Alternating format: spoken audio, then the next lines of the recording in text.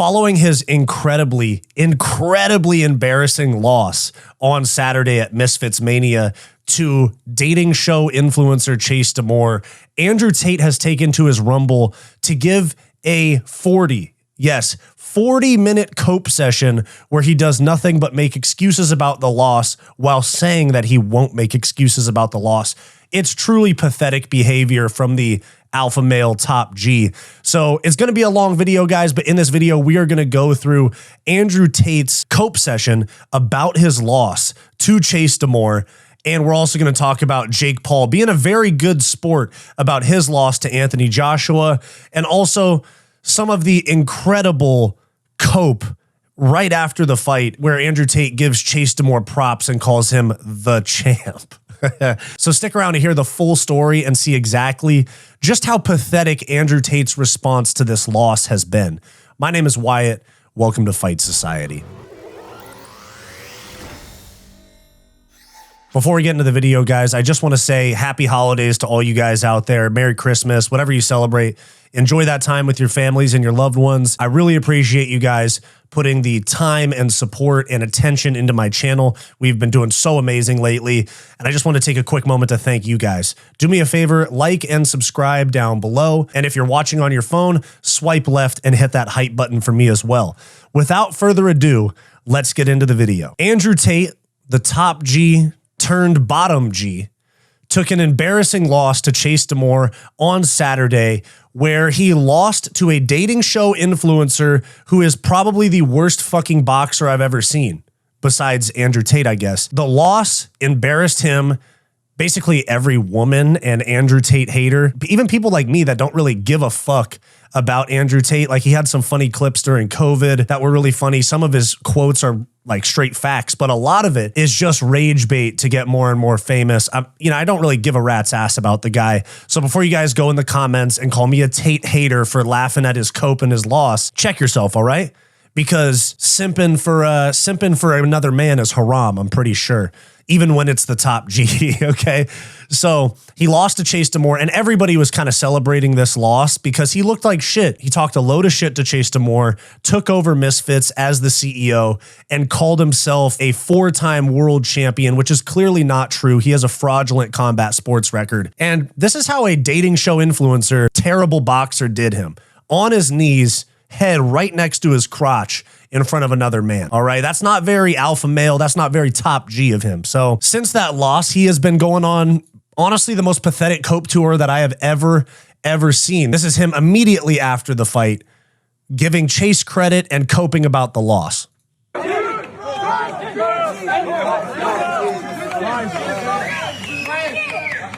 know what?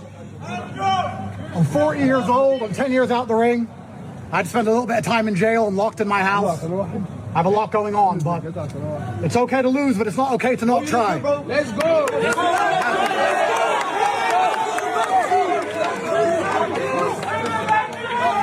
You have to try. And he's younger than me. He's 20 kilos bigger than me. He's more active than me. I didn't fight a pussy. I fought the champ. So in life, you got to get in there and you got to swing and never give up. Thank you very much, everybody. Thank you.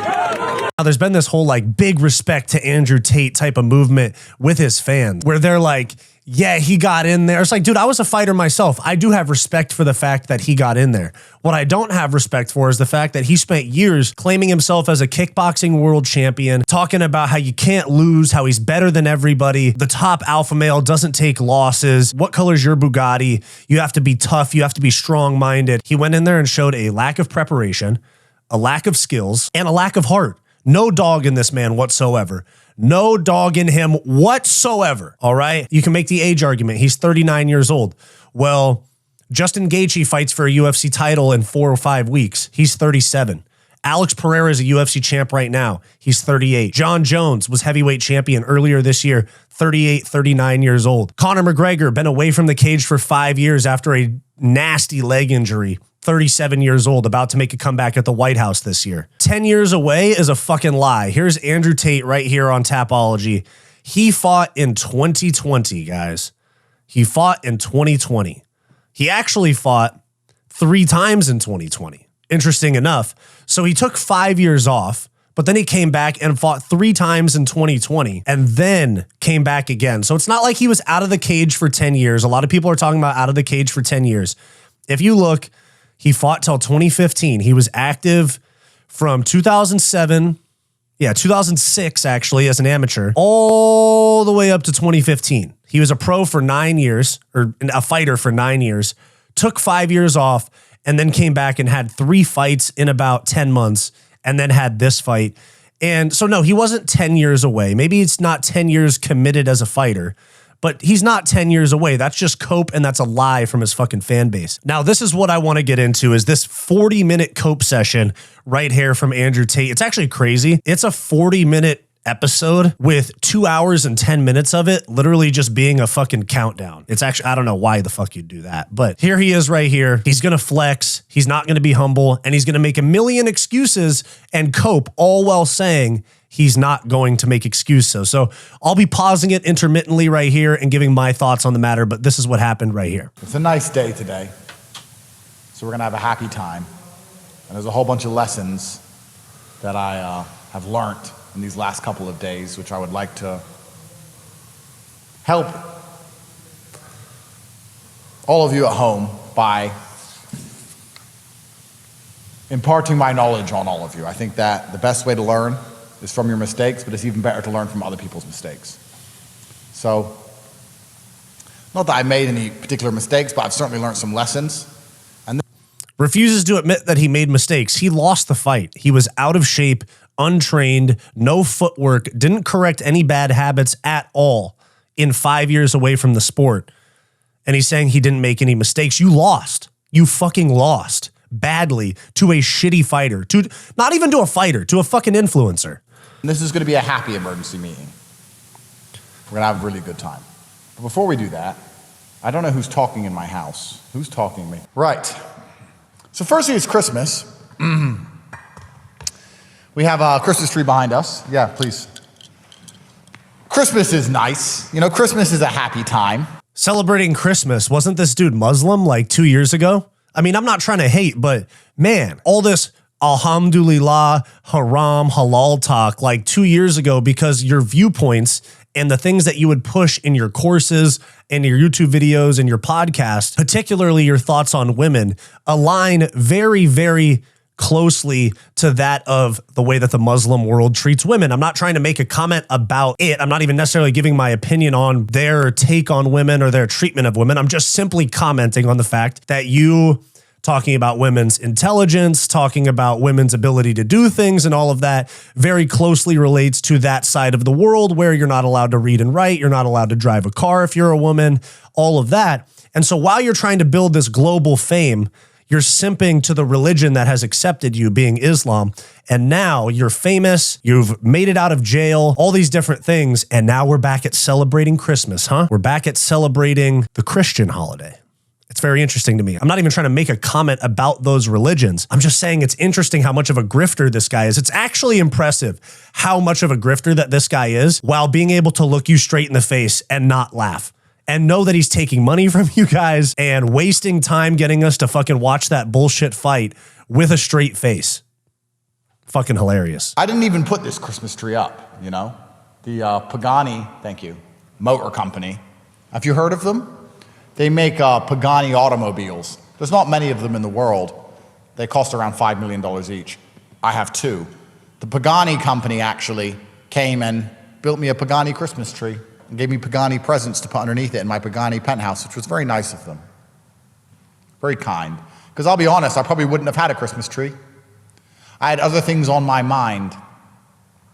I didn't have a Christmas or a New Year planned.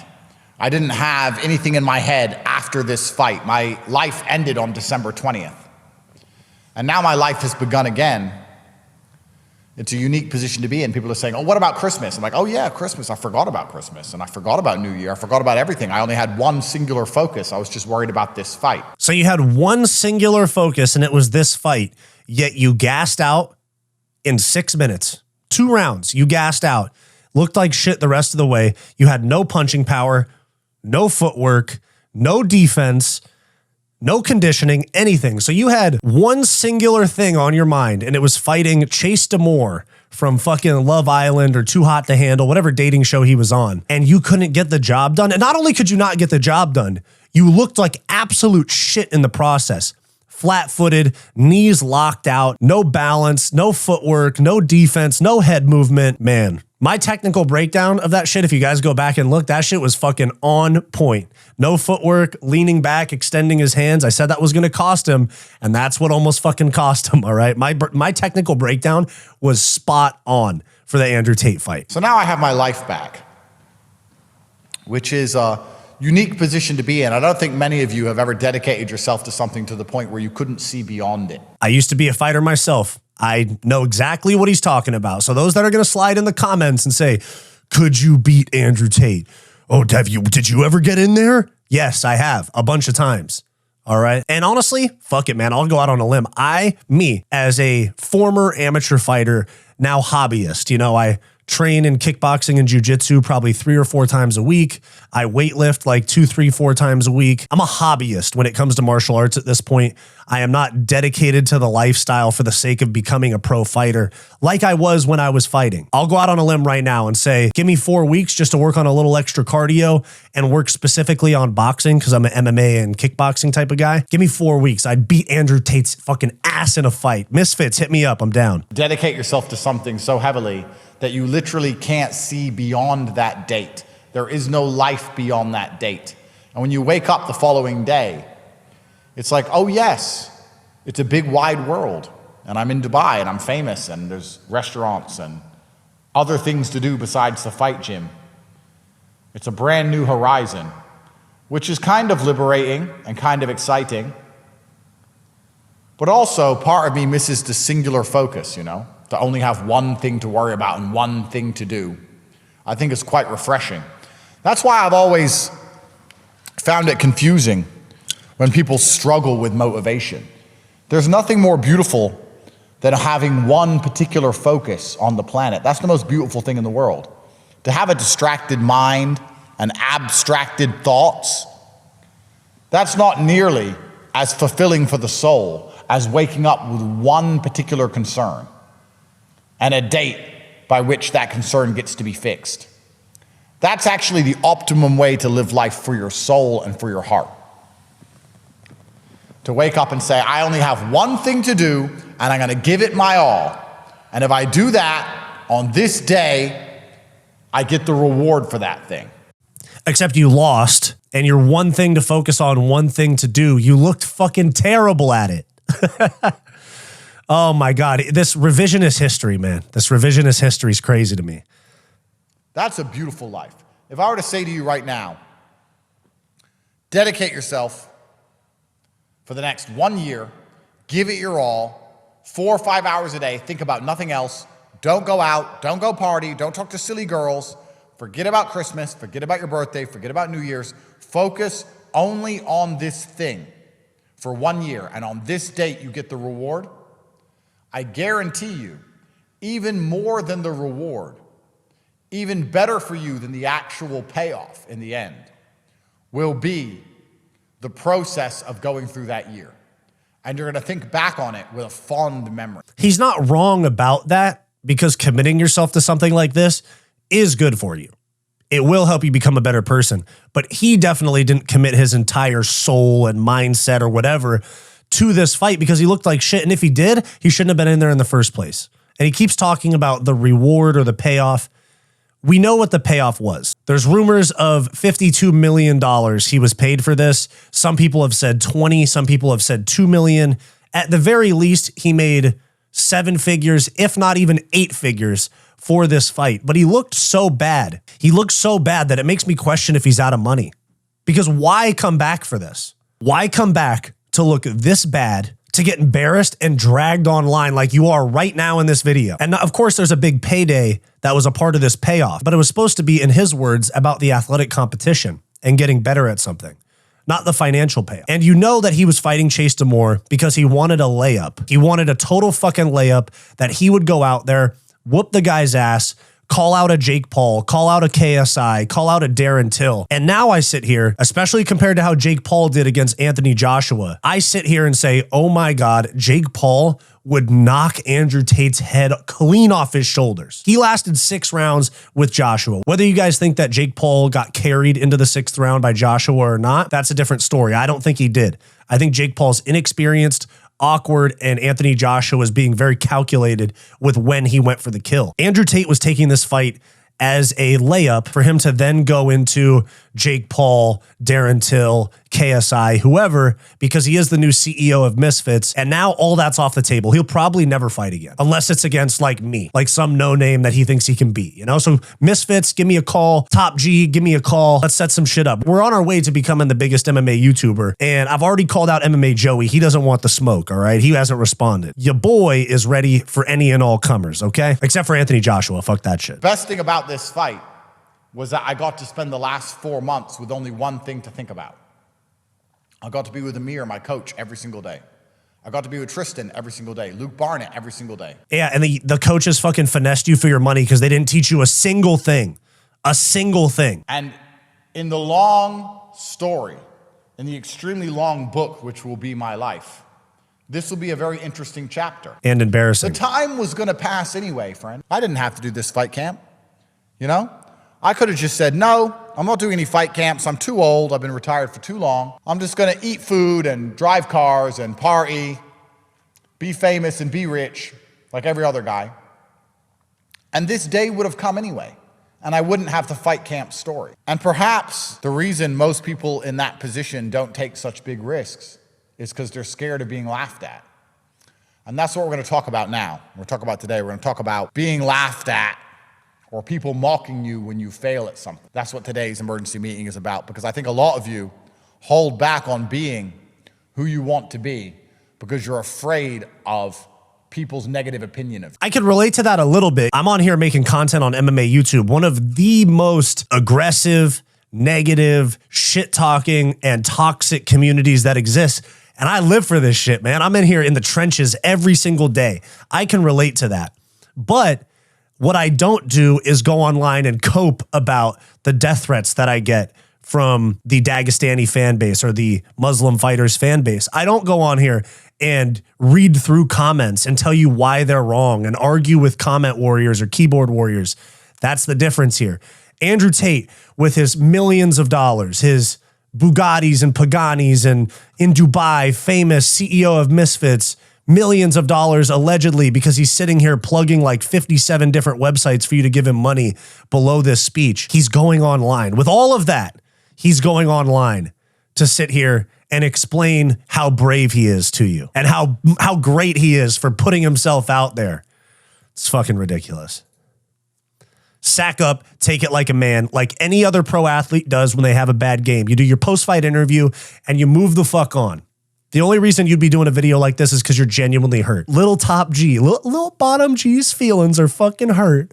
And he's sitting there with a black eye from a dating show influencer that had his dick in his face after beating him up and almost knocking him out with an uppercut twice in the 4th round to go and cry about it with your sunglasses on. Why are you hiding the black eye, huh? If you're not embarrassed about it, why are you hiding the black eye? The marks of your failure, huh? Let me make something very fucking clear to you from the beginning. If you are worried about other people's opinion of you, they already own you. They already control you. If you are worried about what they are going to say or what they think about you. Even if you need the praise, they own you. If you sit and say, I'm going to try this thing, and I know I'll succeed, and everybody is going to say good things about me. So to make sure that happens, I'm going to cheat, or I'm going to be underhanded. I'm going to do some sneaky shit, because I need these people to say good things about me. You mean do something sneaky and cheat? Like booking yourself what was supposed to be a tomato can type of opponent that boxes like this? Yeah. Yep. That's what he did. So that's where the sneakiness comes in. That's what Andrew Tate did, but don't listen to me. Just listen to this guy, because he doesn't lie ever. He doesn't embellish things ever. They already fucking own you. I don't care if people say good things about me or bad things about me. Because those people don't own me. And they don't decide my worth. They don't own you, but Chase DeMoor does. And they don't get to decide how I live my life because they sit there and write comments. What kind of bitch would I be as a man if I sit at home and think, you know what, maybe I should take this fight? Yes, it's a big risk. Yes, he's younger than me. Yes, he's more active than me. Yes, he's heavier than me. Yes, he's taller than me. Heavier than you, but you made him cut down to cruiserweight for a heavyweight title and threw in a dehydration clause. This revisionist history is disgusting, man. Yes, I might lose. And if I lose, people on the internet will make fun of me, so I'm not going to do the fight. Are these people my fucking boss? Are these people my master? Am I going to allow them to treat me like a slave? Am I a slave to the opinions of people I've never even met? I'm an imperfect person, but the people with opinions are imperfect people. Why do I give a fuck about the opinions of imperfect people who didn't take the risk I took? I don't care about people laughing at me. And I don't care if people mock me.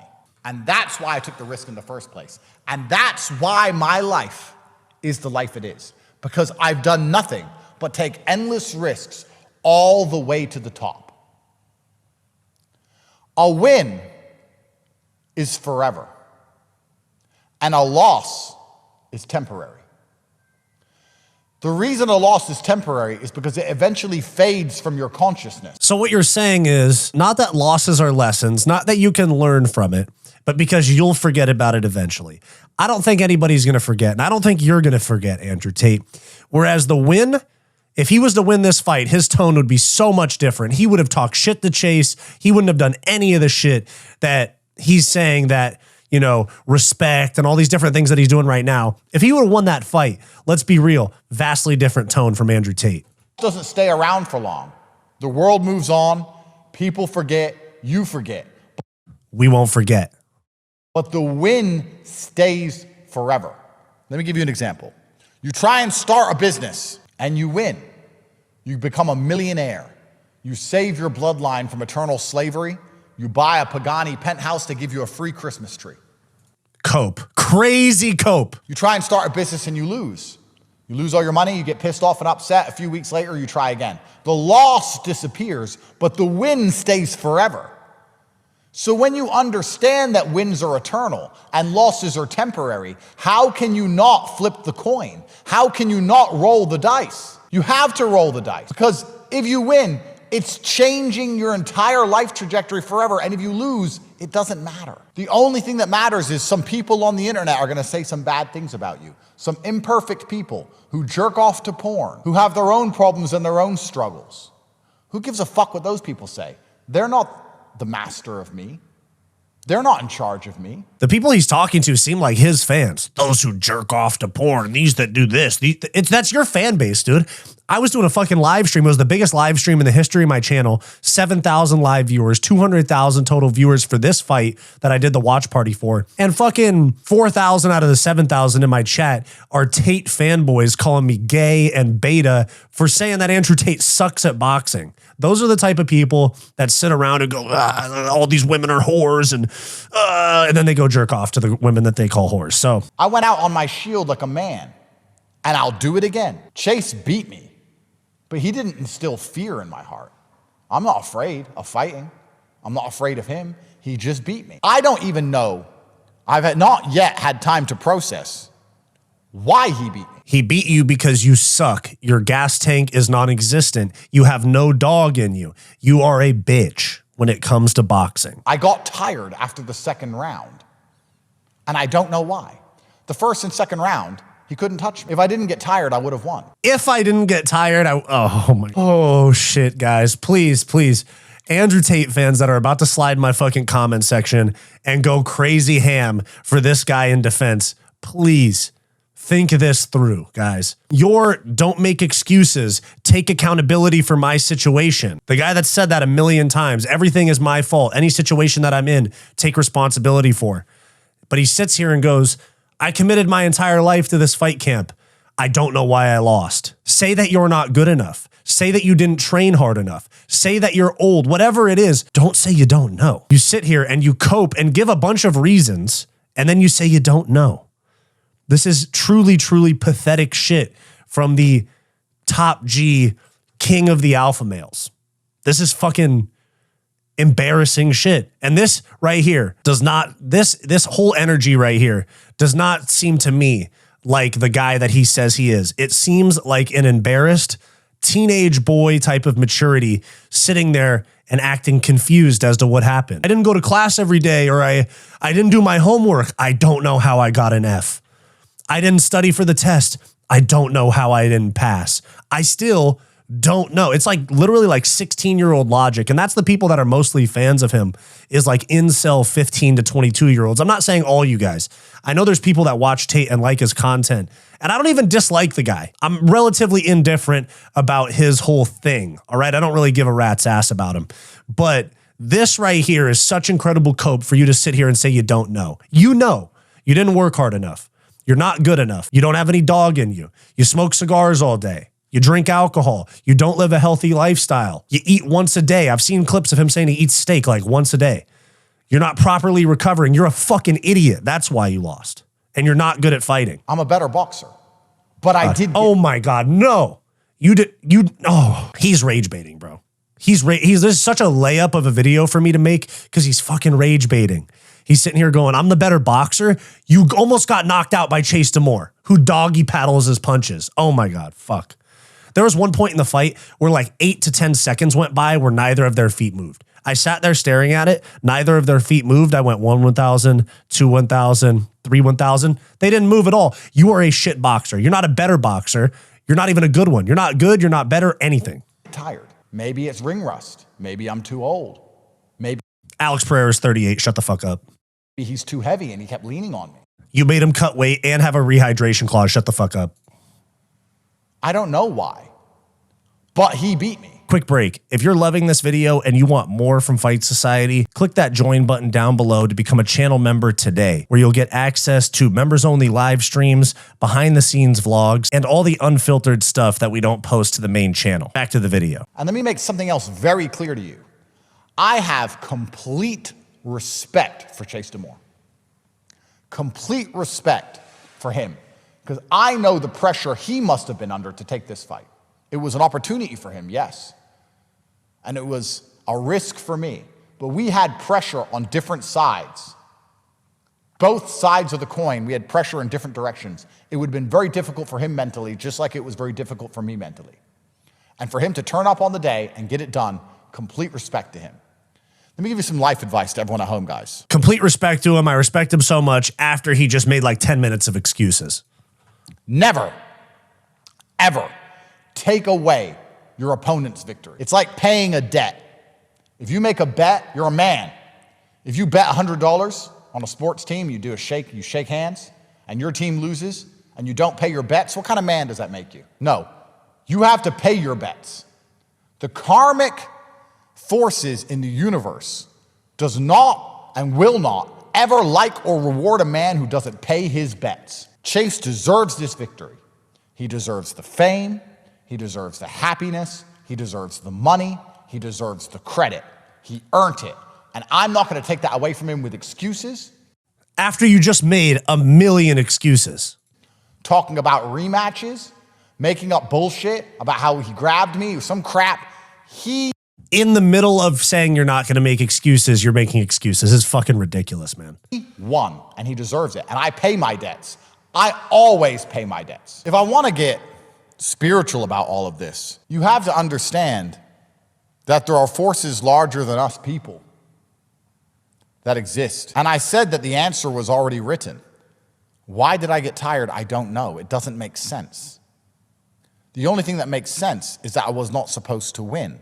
Why was I not supposed to win? So it's not, I didn't work hard enough, I'm not good enough. It's that whatever it is, paranormal forces, aliens, God, whatever, somebody decided I was supposed to lose. No accountability whatsoever, despite accountability being one of his biggest teachings for young men.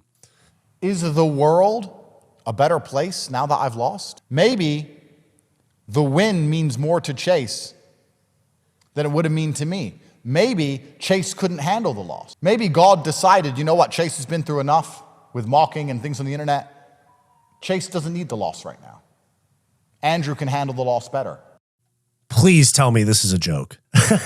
This is fucking crazy shit, dude. Maybe God decided. Maybe if I won, we would have went out and celebrated that night, and Tristan would have smoked a bunch of cigars, and maybe he would have died 1 minute earlier. And maybe I get an extra minute with my brother because I lost. Really? Really? And if that's the case, then I'm glad I lost. You have to have faith in a higher power. There's a lesson in all of this, and I don't need to know exactly what it is.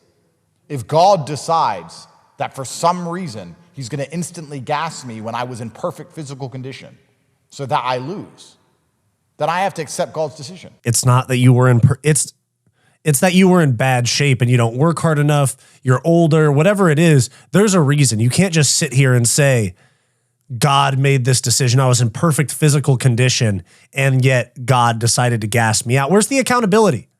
Where do you say I didn't do enough running? And I'll take the punches in the face like a man.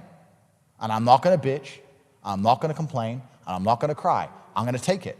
God decided on that day that that's what has to happen to me, so I did it. If you're going to go through life without understanding that there's a grander plan, a plan that's bigger than just you and your ego. The plan is bigger than just us and our egos, guys. The plan is bigger than just, I want to win, so I have to have what I want like a spoiled child. And what God decides and what's good for the universe and what's good for people to learn from and what's good for the general karmic retributions of the planet. Fuck all that. I want to win so that no one on the internet laughs at me. And I took this fight knowing it was a risk. Guys, I could have fought a tin can. You did. I could have fought an idiot and everyone would say, top G, top G, top G. You did, and you lost. This was the layup. This was for you to win and then move on to fight a Jake Paul, KSI, Darren Till, like I said earlier.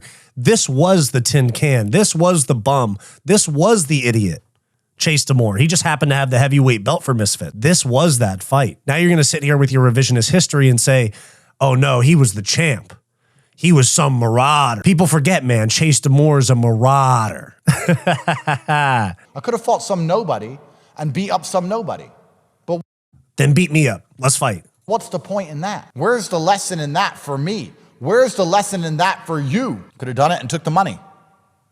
But that's not who I am. It's never been who I am. Genuine risk, genuine reward. Got a few super chats here I'm going to read out before I continue. $300. In the middle of this, someone's giving him $300 during his fucking cope session. It's crazy. Thank you for the $300 super chat. Sent me a message on X. I'll remember your name and I'll look for it. I'll look for your Twitter account. I hope you have the same name. $100 super chat. Match the other day was incredible. It's amazing to watch you keep pushing and getting back up. We're proud of you. You'll always be a champ in our eyes. Thank you. Fucking glazed, dude. This is disgusting shit. And what makes me a champion? Is it because I've never lost ever? Is that why I'm top G? Because I've never lost anything ever? Guys, they fucking raided my house and threw me in a dungeon for something I didn't do. I lost my fucking dad. I've been to hell and back 1,000,000 times. I have struggles none of you know about. Am I top G because I never lose? What dungeon man would I be if I never lost? Imagine my life went perfectly all the time. Imagine I didn't need to go to the gym and I had muscles and I never lost a fight and I had money from the sky and any girl I wanted and I just went through life and got everything I wanted. I wouldn't. But that's basically the aura and the image that you've portrayed of yourself for 5 years now. And now you say, I'm not those things. The hypocrisy is crazy. And the way that you guys will simp for him is disgusting. Wouldn't even be a good person. I wouldn't be human. I wouldn't know anything about how the world functions. I couldn't teach you anything. I'm not top G because I've never lost. I'm top G because I've been hit so many fucking times and I get back up. I'm top G because I just lost a fight and I'll fight again today. I'm top G because I'm not afraid. I'm top G because I'll keep fucking trying. Do you understand? He says he's not afraid, but he said he was afraid of this fight. I mean, just, oh my God, man. The revisionist history, the lying, straight lying with a straight face is disgusting and disappointing. It's not about never losing. It's about the fact that I will get up and try. It's about the fact that I'm not afraid to lose, and I'm not afraid to be ridiculed, and I'm not afraid to be mocked. That's how I built the life I built. That's how I got yachts and private jets and hundreds of millions of dollars, because I'm not afraid of anything. Cope. I'm not afraid to be laughed at, and I'm not afraid to get fucking hurt. That's why you're doing a 40-minute cope session, is because you're not afraid, right? Not afraid to be laughed at, but you're on here making excuses. That's why. I put it on the line. I get in the arena. Everyone with an opinion is on the sidelines. Imagine living a life where you're so afraid of loss that you never get to win. He paints these general pictures of people, and I'm sure, yeah, there's people that are hating on him that have never fought before or don't take any risks. But I'm sitting here, fought before, taking plenty of risks, take reputational risks by posting YouTube videos every day about controversial content, talking about fighters who have the most disgusting, evil fan bases that will slide in my DMs and say terrible things about me, to me, threaten me, and all of that. I'm in the arena, my friend. I think that I have earned day in and day out on the grind of this channel and having previously been a fighter, that I have earned the right to sit here and commentate about your cope, about your lies, about your bullshit, about your excuses that you said you won't make while you're in the middle of making them. I think I've earned that much. You sit in the corner as a coward, writing Twitter comments at people who take risks you will not take, as an insignificant unknown, a nobody. And you're so afraid of someone saying something bad about you that you're gonna sit there and not take the risk. What kind of fucking man does that make you?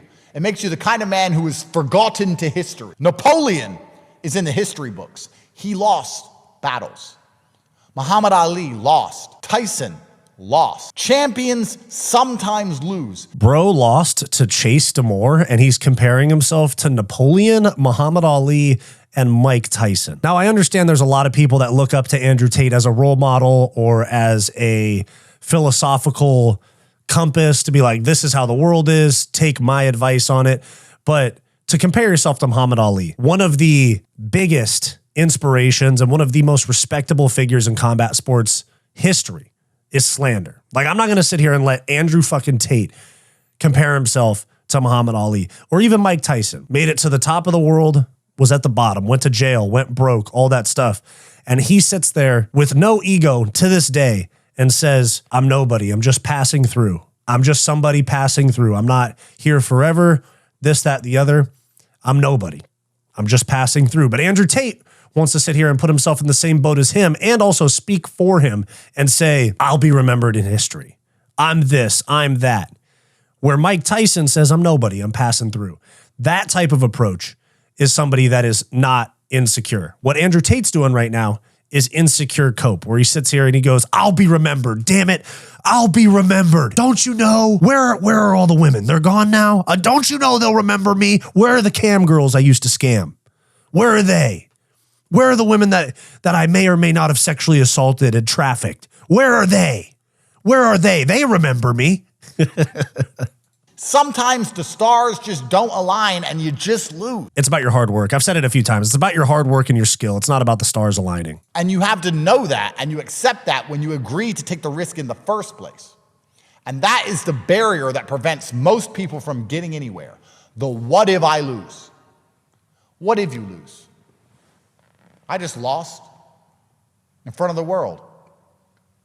Got paid $20 million fucking dollars. I'm fine. I just lost. What happened? I'm fine. My life's fine. I'm fine. Some jackass wrote a Twitter comment. Or made a YouTube video. Think I give a single fuck? The best way to get over a loss is to keep on winning. Or just sit there and remind people that you used to win a lot. I'm going to keep winning. I'm going to continue on my mission to teach all the things I know to as many people who will listen to me before they finally put a bullet in my neck. I'm going to continue to see my kids and live a fantastic life.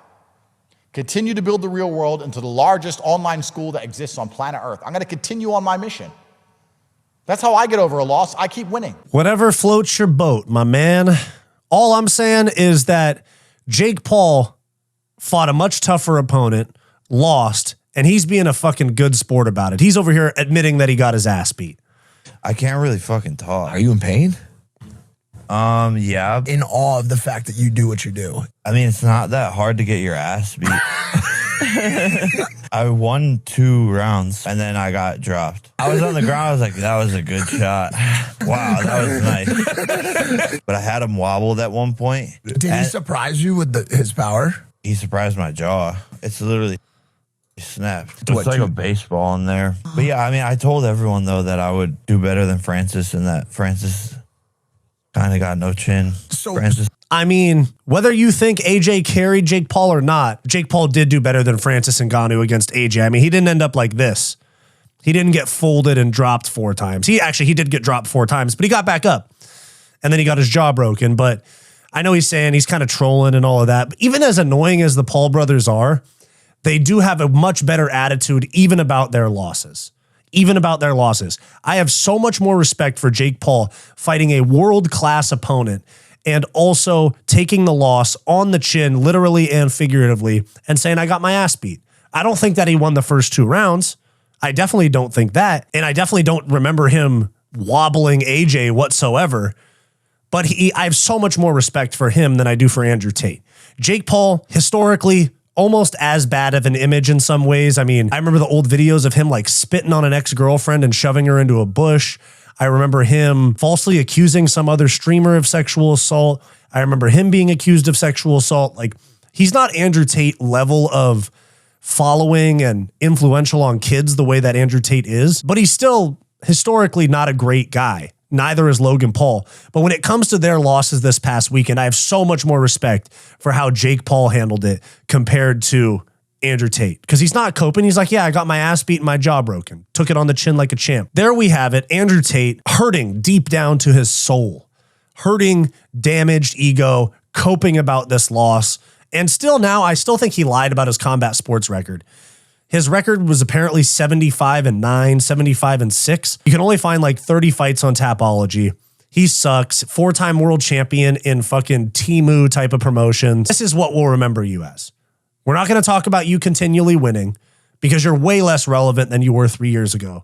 We're going to remember you being bottom G with Chase DeMoor's dick firmly on the top of your shiny head. That's what we're going to remember. And we're going to remember the fact that you coped about it. All right.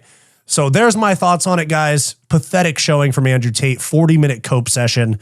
Let me know your thoughts down below. I think it's disgusting. I think it's pathetic. And if he wants to fight a nobody, fuck it. YouTuber with 10K subs or 13K subs, whatever my channel has. No name YouTuber that says he's down to fight. I might be more of a tomato can than Chase. Get me in there, all right? Let me know your thoughts down below. I'll see you next time. Do you want more from Fight Society? Like and subscribe below this video and click the join button to become a channel member today to get access to behind the scenes vlogs and members only live streams.